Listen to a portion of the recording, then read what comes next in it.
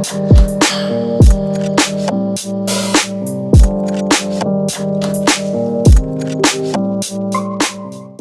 we're talking about the Samsung Galaxy Watch 5 Pro. And I've never been big on wearables, but I am big on watches. Main thing is battery life. You know, the battery life was just never good enough for me to actually commit. I did wear the Samsung Galaxy Watch, the original Galaxy Watch, to work, but that was just for 8 hours a day. And when I got home, I would swap into a nicer watch.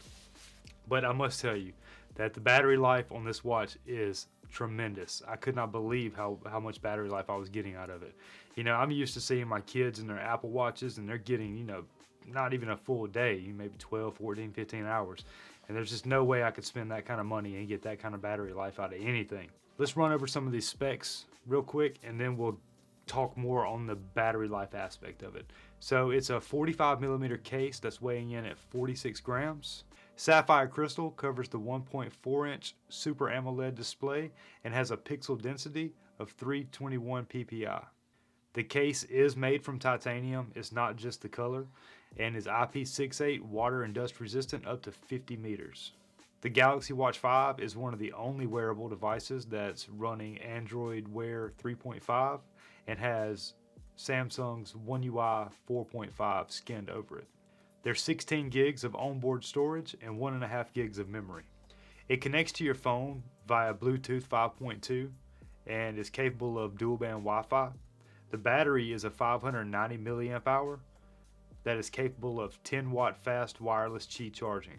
And the price points for the Galaxy Watch 5 is $349, but the Galaxy Watch 5 Pro is $449.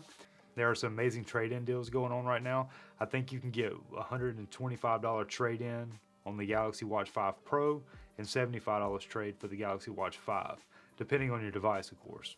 Now, let's get into more anecdotal discussion now that we got the specs out of the way. So the first charge cycle, taking it to 100% down to 0. Everything on automatic, always on display on, the Wi-Fi on, the GPS on, brightness at 100%. I got 64 hours of battery life. All right, for the second charge cycle, I turned GPS off, Wi-Fi off, and screen brightness to 75%.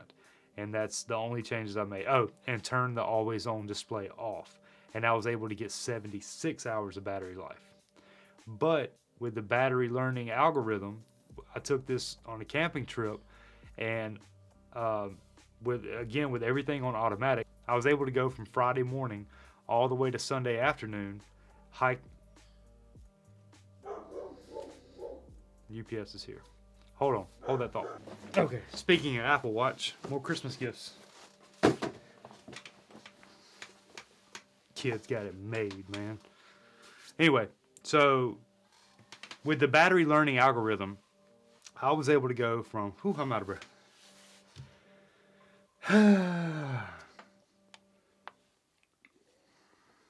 So with the battery learning algorithm and everything set to automatic, I mean, I was hiking trails, heart rate, the monitoring was kicking on constantly throughout the weekend.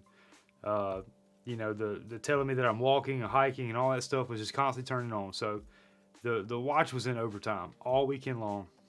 And I was able to make it from Friday morning all the way till Sunday evening when I got home at 13%. That is ridiculous. I had no idea. And, you know, up there not having cell service, the phone was constantly searching for signal. So that's pretty taxing on a battery too. So I am thoroughly impressed with the battery life on this. And I knew that it was only going to get better. I mean, all battery life is getting better. And one of my favorite things about the Galaxy Watch 5 or 5 Pro, now that it's running Wear OS. See, before they were all running Tizen, and Tizen was good, but you didn't have access to Google Assistant, and you didn't have access to Google Home. I mean, everything was either Bixby or SmartThings, which those are decent. My house and basically my life revolves around Google Assistant and Google Home. Just about everything in my house runs on Google Home. This entire studio here, all the lights are running on Google Home. And now I can access that directly through the watch. I have Google Assistant.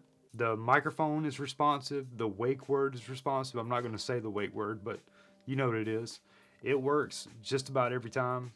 It comes in 2 different colorways. You can get it in black or titanium. This is the titanium. I'm assuming the black is probably painted, but both cases are made from titanium. And the band options, just from the website alone, I don't know how many there are. There's probably 20, 25 different bands you can choose from right from the website. That's not including aftermarket options. Anything that's 20 millimeters will fit. I'm actually pretty fond of the metal bands. This is my original Galaxy watch with a rotating bezel, which I miss dearly, but it's okay. But I put a metal band on it, and it matches very well. This is a good watch. I work in this watch, or used to work in this watch. Now I work in this watch. Now, if you have the Galaxy Watch 4, maybe it's not necessarily you're in need of an improvement, but if you're running like the original Galaxy Watch or the Galaxy Watch 2, then yes, you will definitely notice a difference just in the features alone. The heart rate monitoring, the SpO2, and the GPS capabilities. Like, it literally mapped out all the hiking trails that I went on, and it gave me the option to record them. I just thought it was very, very convenient, and if it didn't have that battery life, I would not recommend it, but you can go for multiple days. I imagine if you turn the brightness of your screen down, which is probably the most taxing on the battery, that and the GPS, I imagine if you turn that off and turn the screen brightness down, you could probably go well on 80 hours. That's what they're claiming is 80 hours. But it's definitely worth looking into if you have an older wearable device or if you're just looking to get into it. I bought my mom the Galaxy Watch 2, I guess last year for Christmas. Maybe it was 2 Christmases ago. I don't know. The watch wasn't very old when I got it, so it must have been 2 Christmases ago. But she likes it. I mean, she wears it every day. It reminds her to get up and stay active, and that was kind of the reason for me getting it for her. And with it being sapphire crystal, I don't really think that you have a whole lot to worry about as far as like breaking or scratching or anything.